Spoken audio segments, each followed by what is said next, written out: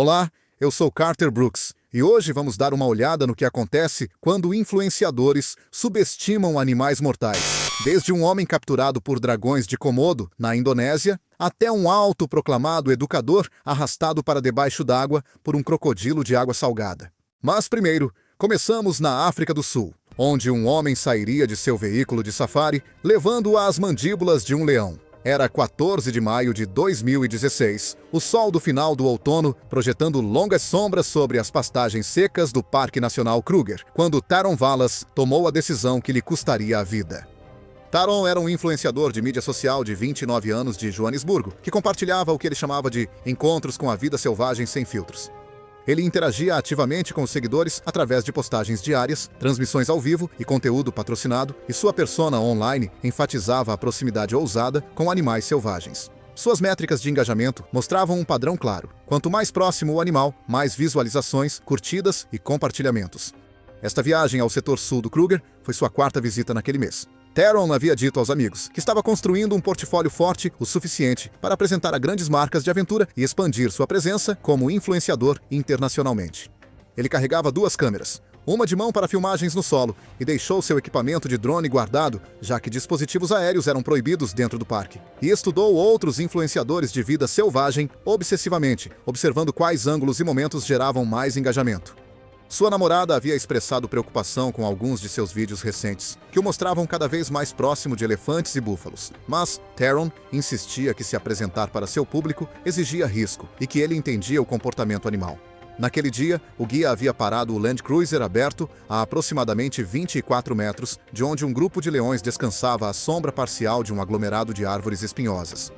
6 fêmeas adultas e 2 machos mais jovens eram visíveis, embora o guia tenha observado que a dinâmica do grupo significava que outros membros poderiam estar próximos, escondidos. Os leões africanos são predadores de topo capazes de abater presas 5 vezes maiores que eles, com machos pesando até 550 libras e possuindo uma aceleração explosiva que pode atingir cerca de 31 milhas por hora em curtos períodos. A estratégia de caça deles depende muito da furtividade e emboscada, em vez de uma perseguição prolongada. Eles podem permanecer imóveis por longos períodos antes de fechar a distância rapidamente a partir de uma posição oculta. Taron imediatamente começou a filmar de seu assento, mas os leões permaneciam em grande parte ocultos pela vegetação. Ele se inclinou progressivamente para fora do lado do veículo, tentando diferentes ângulos. Sua frustração evidente para os outros convidados. Quando ele perguntou se podiam se aproximar mais, o guia recusou, explicando que os leões tinham filhotes em algum lugar nas proximidades e o grupo estava exibindo um espaçamento defensivo. Após cerca de 10 minutos, Taron abriu silenciosamente a maçaneta da porta. O clique metálico fez com que 2 convidadas se virassem, e uma chamou seu nome alarmada. O guia gritou que sair do veículo violava as regras do parque e anulava toda a responsabilidade. Então, bateu a porta e manteve o motor ligado enquanto pegava o rádio. Taron já estava descendo para a estrada de terra, câmera levantada. Ele se afastou alguns passos do Land Cruiser, agachando-se para capturar o que mais tarde murmurou ser uma perspectiva de predador ao nível do solo. O guia continuou gritando para ele voltar, sua voz afiada com urgência. O que nenhum deles tinha visto, incluindo Taron, era o macho subadulto que estava deitado imóvel na grama densa a aproximadamente 40 pés à esquerda do grupo principal. Este leão, provavelmente entre 3 e 4 anos de idade e pesando cerca de 350 libras, levantou-se lentamente, enquanto Taron se afastava do veículo. Um hóspede descreveu mais tarde como a linguagem corporal do felino mudou instantaneamente, adotando uma postura de caça com os ombros baixos e a cabeça estendida. O leão começou a se mover lateralmente, circulando a favor do vento em vez de se aproximar diretamente. Esse comportamento permitiu que ele permanecesse parcialmente oculto, enquanto também se posicionava para atacar pelo lado cego de Taron. Testemunhas relataram que aproximadamente 10 a 15 segundos se passaram entre o momento em que o leão se levantou e quando ele se comprometeu com o ataque. Durante esse tempo, Taron permaneceu totalmente focado em filmar o grupo distante, completamente alheio ao movimento atrás dele. O leão acelerou a partir de aproximadamente 25 pés, cobrindo a distância em bem menos de 2 segundos. Atacou do lado esquerdo de Taron com tanta força que os convidados ouviram o impacto, um som que uma mulher comparou ao bater de uma porta de carro. Taron caiu com força de costas, sua câmera voando de suas mãos e aterrissando a vários pés de distância na terra, ainda gravando. O leão reposicionou-se com uma velocidade surpreendente, suas mandíbulas se fechando em torno de sua garganta antes que ele pudesse emitir mais do que um suspiro sufocado. Suas mãos levantaram-se reflexivamente, golpeando a enorme cabeça do felino. Mas o peso do animal centrado em seu peito tornava a resistência quase impossível. O leão manteve a mordida na garganta, seus caninos perfurando a artéria carótida, causando uma hemorragia massiva.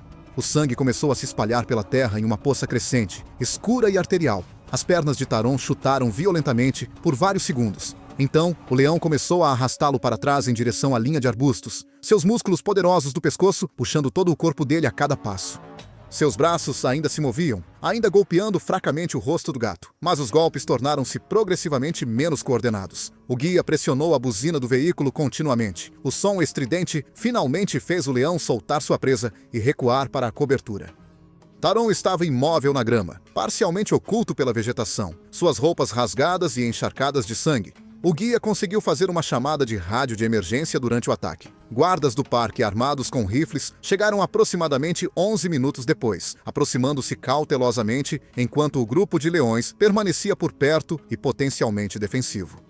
Quando chegaram à posição de Taryn, ele não apresentava pulso nem esforço respiratório. Os paramédicos descreveram uma hemorragia maciça e insuportável, consistente com laceração da carótida, e consideraram a morte provável em minutos.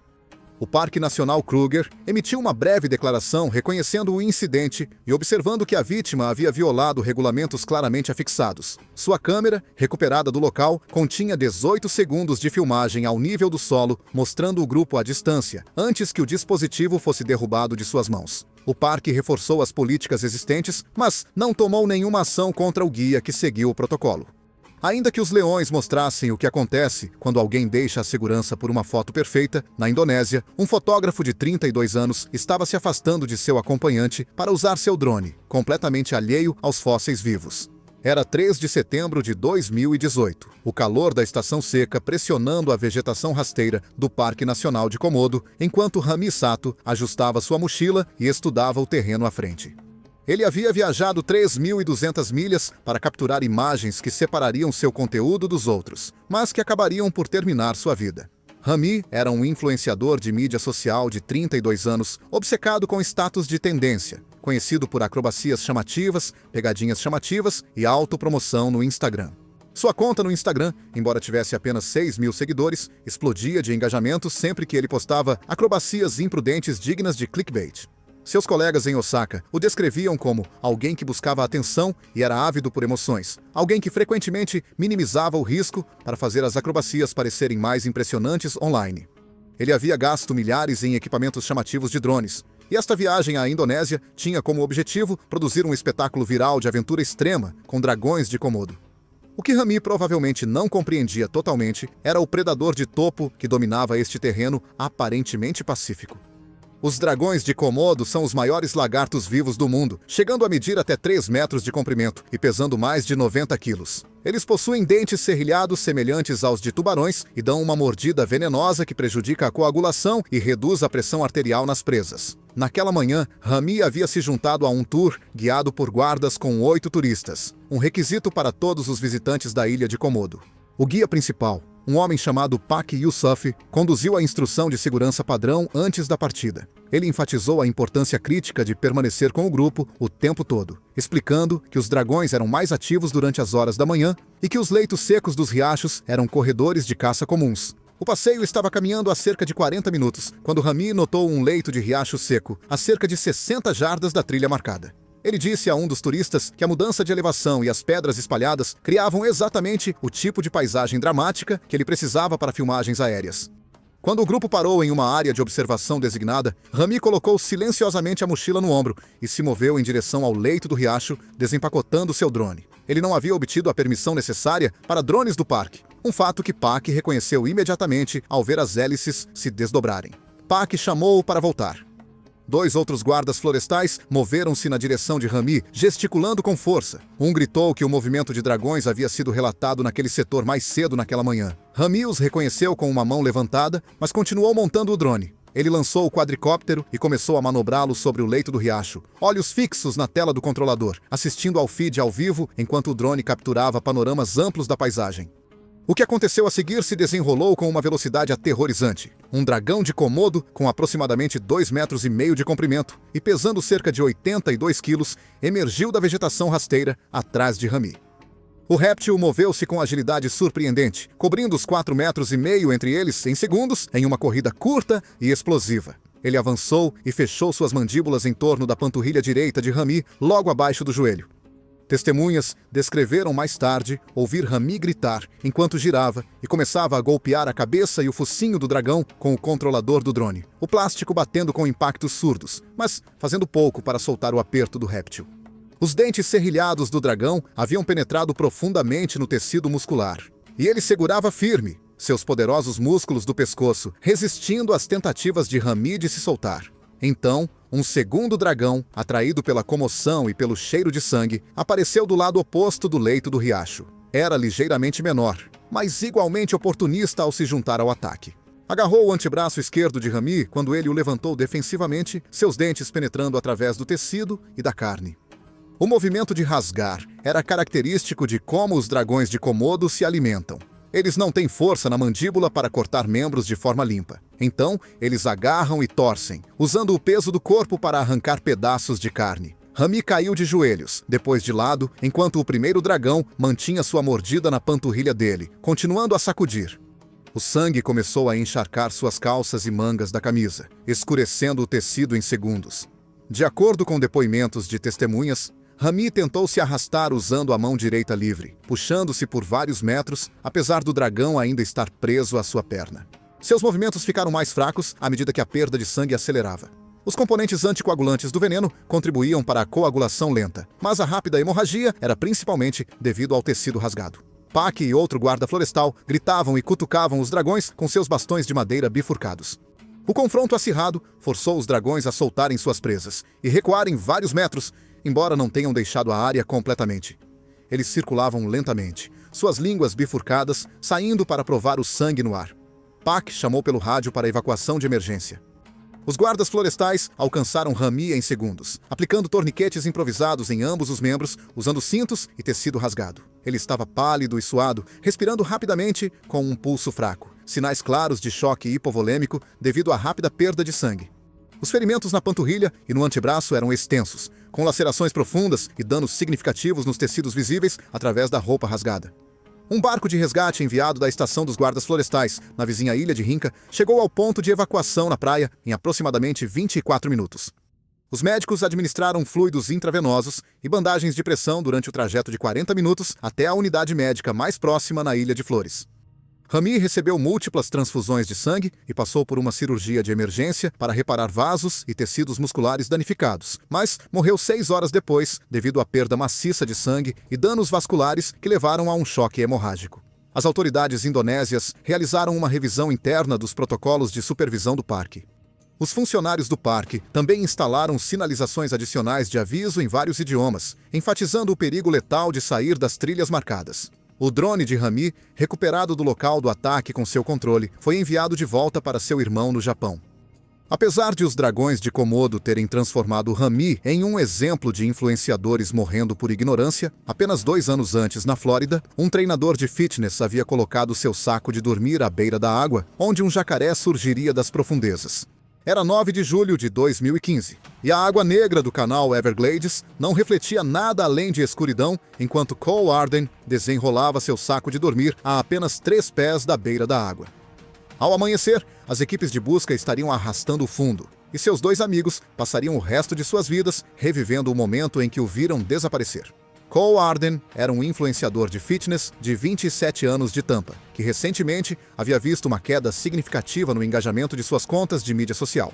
Seus vídeos focavam em treinos, dicas de nutrição e desafios de fitness em casa, mas o interesse do público começou a diminuir.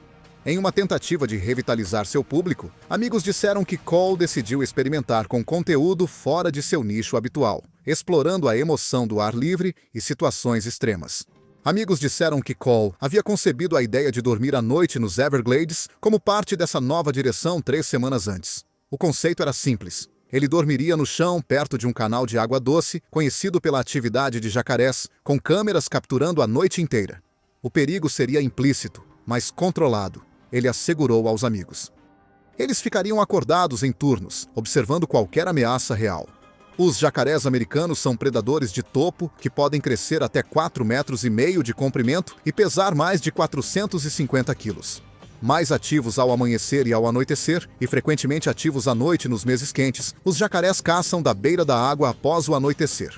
Eles são predadores de emboscada, capazes de explosões rápidas de velocidade na água e em terra, e usam uma técnica de caça característica chamada de rotação mortal, um movimento giratório violento que afoga a presa e rasga a carne dos ossos. O trio chegou ao canal por volta das 9h30 da noite, estacionando sua van em um ponto de acesso frequentemente usado por pescadores durante o dia. Uma placa desgastada perto da margem dizia: "Perigo! Jacarés presentes! Proibido nadar." Um guarda florestal passou enquanto eles descarregavam o equipamento e os advertiu contra montar acampamento perto da água à noite. O guarda disse para irem embora e enfatizou que acampar tão perto poderia ser fatal. A área tinha visto um aumento na atividade de jacarés recentemente, e as orientações estaduais recomendam manter-se a pelo menos 3 metros da água.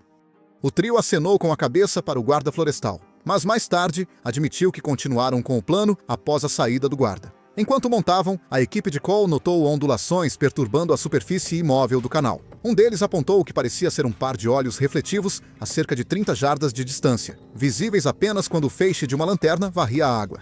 Cole riu e disse para continuarem a montar. Ele posicionou seu saco de dormir mais próximo da margem, apesar do risco evidente, porque oferecia o melhor ângulo para a câmera. Eles concordaram em se revezar para ficar acordados, embora Cole insistisse que provavelmente dormiria a maior parte do tempo para manter a autenticidade. Às 11h45 da noite, Cole já estava em seu saco de dormir, enquanto sua equipe estava sentada por perto, monitorando as câmeras. A noite estava úmida e densa, com o som de insetos e chamados distantes de pássaros. Mais ondulações apareceram na superfície da água, mais perto agora, mas a escuridão tornava impossível identificar a fonte. Um membro da equipe sussurrou que deveriam acordar Cole e se afastar mais da margem. O outro argumentou que as câmeras já estavam montadas e que Cole ficaria irritado se estragassem a filmagem. Momentos depois, um jacaré estimado em 3,5 metros de comprimento surgiu da água, com uma velocidade impressionante. O ataque aconteceu tão rapidamente que o membro da equipe que monitorava a câmera portátil só conseguiu capturar o segundo final da aproximação do jacaré em um quadro borrado e granulado antes de ele fechar suas mandíbulas enormes em torno da perna esquerda e inferior de Cole. Cole acordou instantaneamente, seu corpo convulsionando enquanto tentava processar o que estava acontecendo. Os dentes do jacaré, projetados para agarrar em vez de cortar, penetraram através do tecido do saco de dormir e profundamente no músculo e osso de sua panturrilha. O animal imediatamente começou a recuar em direção a águas mais profundas, arrastando Cole com uma eficiência aterrorizante. Ele se contorceu violentamente, tentando agarrar a margem lamacenta, mas o peso e o impulso do jacaré tornaram a resistência impossível. Ambos os membros da equipe avançaram, um agarrando o braço de Cole enquanto o outro tentava golpear o jacaré com um bastão de madeira. O animal iniciou seu giro mortal, girando rapidamente na água rasa. A perna de Cole torceu-se grotescamente, e o tecido do saco de dormir ficou emaranhado com carne rasgada e osso exposto enquanto o jacaré completava várias rotações. A força da rotação arrancou Cole do alcance de seu amigo. Ele afundou brevemente. Então, emergiu ofegante, com os braços agitando-se. A água ao redor dele havia se tornado escura com sangue. Sua equipe entrou até os joelhos, o terror superando qualquer senso de autopreservação. Um conseguiu agarrar a mão estendida de Cole enquanto o jacaré fazia uma pausa entre as voltas. Por talvez 3 segundos, houve uma grotesca disputa, desespero humano contra instinto predatório. O jacaré iniciou outra rotação mortal e a mão de Cole escapou novamente do aperto de seu amigo. Seu corpo girou violentamente na água, membros aparecendo e desaparecendo na espuma agitada. A tripulação ouviu ele tentar gritar, mas o som foi interrompido quando ele afundou novamente. Desta vez, quando a água se acalmou, ele não voltou à superfície. Um de seus amigos ligou para o 911, enquanto o outro ficou com a água até a cintura no canal, iluminando a superfície com uma lanterna, vendo apenas sangue se espalhando e fragmentos de tecido rasgado. Oficiais de vida selvagem e guardas florestais chegaram aproximadamente 18 minutos depois, seguidos logo pelos serviços médicos de emergência. Equipes de resgate procuraram durante a noite usando holofotes e equipamentos de sonar. Eles localizaram o corpo de Cole às 4h35 da manhã. submerso em 2,5 metros de água, a cerca de 40 metros de onde o ataque ocorreu. O relatório preliminar do médico legista listou a causa da morte como afogamento e trauma massivo nas extremidades inferiores, com perda significativa de tecido consistente, com predação por jacaré. A perna esquerda estava quase separada no joelho. O canal foi fechado por 72 horas, enquanto os agentes da vida selvagem capturavam e removiam 3 grandes jacarés da área imediata. O jacaré responsável foi sacrificado. As filmagens daquela noite foram entregues às autoridades como prova e nunca foram divulgadas publicamente. No entanto, mesmo enquanto a arrogância de Cole terminava nas mandíbulas de um jacaré, no Quênia, uma mulher estava preparando seu tapete de yoga com um enorme hipopótamo já surgindo nas águas rasas atrás dela. Era 22 de março de 2018 e a luz da manhã estava apenas surgindo sobre o lago Naivasha, lançando suaves tons de rosa e dourado sobre a superfície tranquila da água. Em menos de 1 hora, a tranquila margem se tornaria o cenário de um dos ataques de hipopótamo mais brutais do Quênia em memória recente, alertando mais uma vez os visitantes sobre o perigo enganoso que espreita nas águas aparentemente pacíficas da África Oriental. Lena Corso era uma fisioterapeuta de 34 anos de Verona, Itália, que havia passado os últimos 6 anos construindo um público modesto, mas dedicado, em sua plataforma de bem-estar. Seu conteúdo misturava rotinas de alongamento terapêutico com fotografia de viagens cênicas, principalmente sessões de yoga ao nascer do sol capturadas em locais exóticos. Seus pais disseram que Lena realmente acreditava em sua mensagem de bem-estar acessível e havia começado recentemente a focar em sessões ao lado da natureza, acreditando que a qualidade reflexiva das árvores e das águas melhorava a experiência meditativa que seus seguidores buscavam. Esta viagem ao Quênia foi a sua primeira à África Oriental. Ela havia chegado ao lago Naivasha 3 dias antes, hospedando-se em um alojamento de médio porte na margem sul. Seu diário de viagem, posteriormente recuperado por funcionários consulares italianos, revelou que ela havia escolhido especificamente este local por sua combinação de proximidade com a vida selvagem e a acessibilidade relativa. Ela planejava filmar uma série de rotinas matinais com o lago ao fundo, esperando que os flamingos cor-de-rosa e as distantes acácias proporcionassem a estética africana autêntica que seu público esperava. Na noite anterior, a equipe do Lodge havia especificamente alertado Lena sobre os caminhos dos hipopótamos, as trilhas desgastadas, onde os hipopótamos se movem entre as áreas de pastagem e a água. Os hipopótamos estão entre os animais mais perigosos da África, responsáveis por cerca de 500 mortes humanas anualmente, mais do que leões, elefantes ou crocodilos. Apesar de sua dieta herbívora e aparência volumosa, os hipopótamos são intensamente territoriais e agressivos, especialmente quando suas rotas de acesso à água são bloqueadas. Machos adultos podem pesar mais de 4.000 libras e possuem dentes caninos que podem crescer até 20 polegadas de comprimento. A força da mordida deles é frequentemente estimada em cerca de 1.800 libras por polegada quadrada. Os hipopótamos passam as horas do dia na água para se manterem frescos, emergindo à noite para pastar, tornando o amanhecer e o crepúsculo os momentos mais perigosos para se aproximar das margens. O chefe dos jardineiros, um queniano chamado Joseph Kimani, havia apontado vários desses caminhos perto da propriedade do alojamento e aconselhou todos os hóspedes a manterem distância da margem durante as primeiras horas da manhã e ao entardecer. De acordo com declarações que ele posteriormente deu às autoridades, Lena acenou educadamente, mas mencionou que seria cuidadosa e não entraria na água. O alojamento ofereceu um acompanhante ao longo da margem, mas Lena recusou, dizendo que seria cuidadosa. Naquela manhã, Lena saiu do alojamento antes das 6 da manhã, carregando seu tapete de yoga, tripé e equipamento de câmera. Um segurança do alojamento a viu caminhando em direção à costa leste, aproximadamente 200 metros do edifício principal. Ele gritou um lembrete sobre os hipopótamos, mas ela acenou em reconhecimento e continuou. Ela escolheu um local onde a grama encontrava a beira da água, posicionando sua câmera no tripé a cerca de 2,5 metros da linha d'água. 2 pescadores de manhã cedo em um barco a cerca de 150 jardas da costa, mais tarde, contariam aos investigadores que a tinham notado montando o equipamento e tinham visto ondulações na água rasa perto dos juncos à sua esquerda, indicando o movimento de animais. Os pescadores podiam ouvir a perturbação na água e salpicos ocasionais, mas não conseguiam ver detalhes específicos da margem devido à distância e à vegetação. Lena havia começado sua rotina de yoga, passando pela sequência enquanto a câmera gravava. Ela estava aproximadamente 12 minutos de filmagem quando o ataque ocorreu. Os pescadores descreveram ver a superfície da água se romper repentinamente perto da margem, mas a vegetação obscureceu a visão do que aconteceu em seguida. O que eles ouviram claramente através da água foi um som forte de correria, seguido imediatamente pelo grito de Lena. O hipopótamo, um macho territorial estimado em mais de 3.500 libras, estava descansando nas águas rasas, a pouco mais de 30 pés de onde Lena havia se instalado.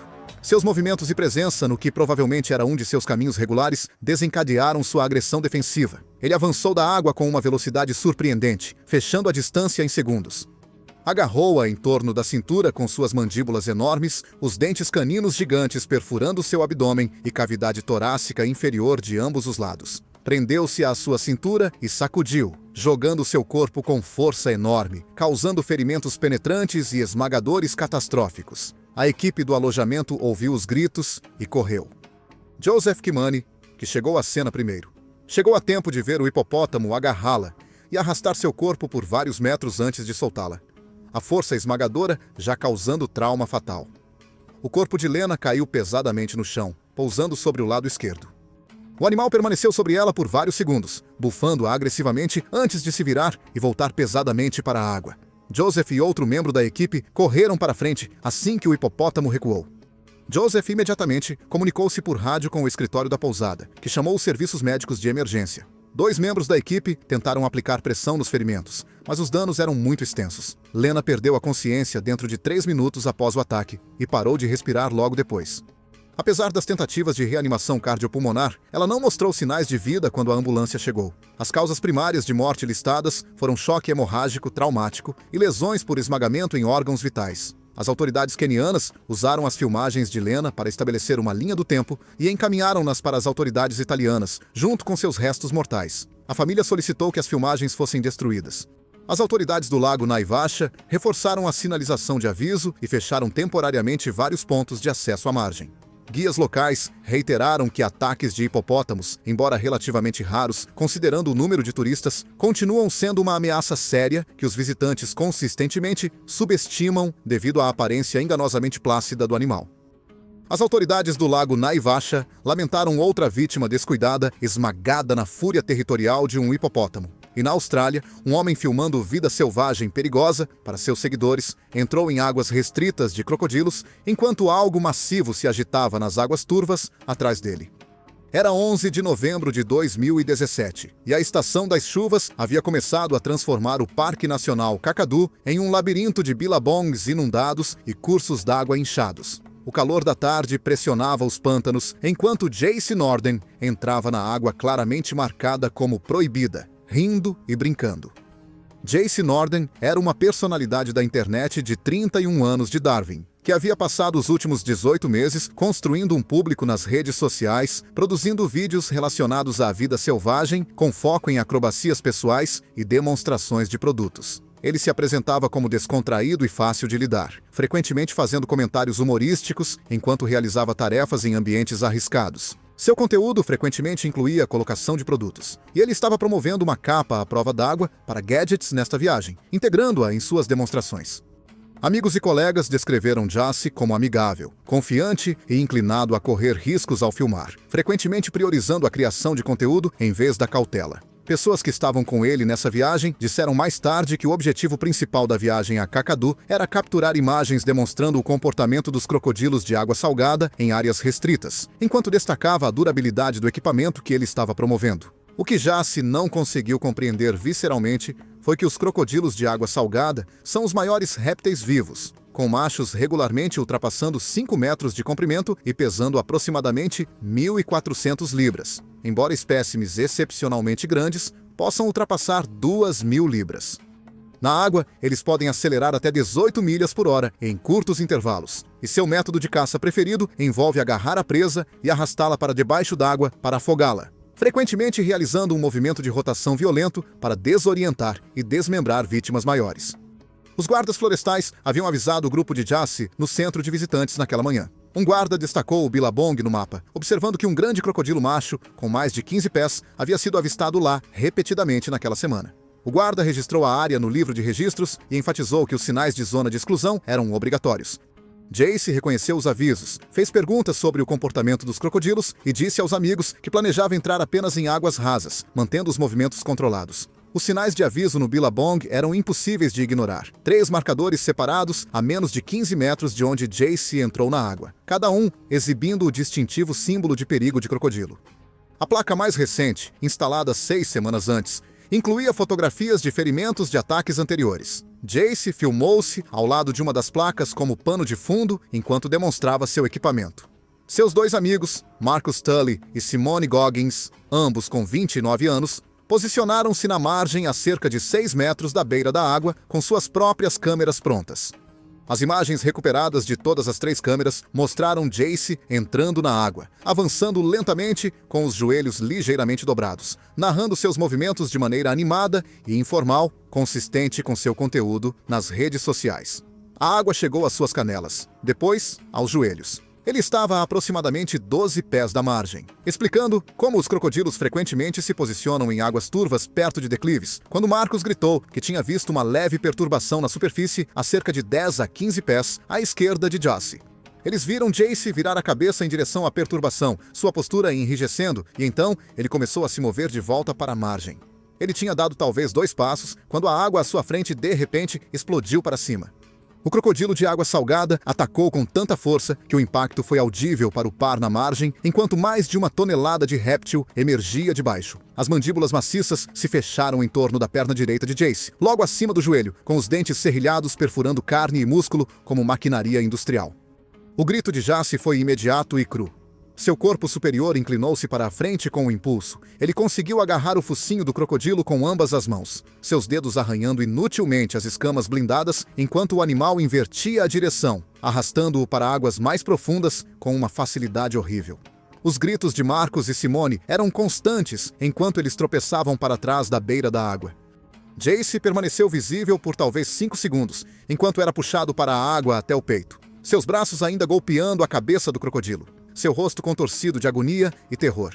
Então o animal realizou seu característico giro mortal, uma rotação completa que levou menos de 2 segundos. A água explodiu em espuma e sangue, e Jace desapareceu completamente sob a superfície. Ele emergiu uma vez, aproximadamente 8 segundos depois, e 4,5 metros mais longe, ofegando e engasgando. O crocodilo havia soltado sua perna e se reposicionado, desta vez agarrando-o pelo torso logo abaixo das costelas. Os braços de Jace agitavam-se debilmente, batendo mais na água do que no seu agressor, e então ele foi puxado para baixo novamente. A água revolveu-se violentamente, a superfície fervilhando com um movimento que durou talvez 6 segundos antes de ficar completamente, terrivelmente imóvel. Simone pegou o telefone e estava chamando os serviços de emergência momentos após o ataque. A central de despacho dos guardas florestais imediatamente contatou o barco de resposta rápida estacionado em Yellowwater, aproximadamente 11 quilômetros de distância. O barco de resposta, tripulado por 2 guardas e equipado com equipamentos especializados para manejo de vida selvagem, chegou ao local do ataque, mas até então não havia sinal de Jace ou do crocodilo. Os guardas florestais imediatamente estabeleceram um perímetro e começaram a vasculhar o Billabong enquanto pessoal adicional era enviado. Um oficial de vida selvagem, com experiência em captura de crocodilos, chegou de helicóptero. A busca continuou até escurecer sem sucesso. O corpo de Jace foi recuperado 2 dias depois por caçadores profissionais de crocodilos. Foi encontrado a aproximadamente 400 metros do local do ataque, preso em um sistema de raízes submersas em água com cerca de 9 pés de profundidade. A causa da morte foi determinada como afogamento secundário à lesão traumática, com exsanguinação como fator contribuinte. O momento da morte foi estimado em 5 minutos após o início do ataque. O crocodilo foi destruído 3 dias após o ataque, quando uma armadilha com isca finalmente o capturou. O conteúdo do estômago incluía tecido e material sintético, consistente com as roupas de Jace, embora não tenham sido encontrados restos humanos significativos. Os pais de Jace divulgaram uma declaração através do seu advogado pedindo que a morte do filho não fosse usada para demonizar crocodilos ou promover a caça. A Parks Australia reteve cópias das filmagens para fins de investigação, e nenhum material divulgado publicamente mostrou o ataque completo devido à natureza gráfica do ataque, ao risco de comportamento imitador e para proteger a privacidade das vítimas e testemunhas. Obrigado por assistir.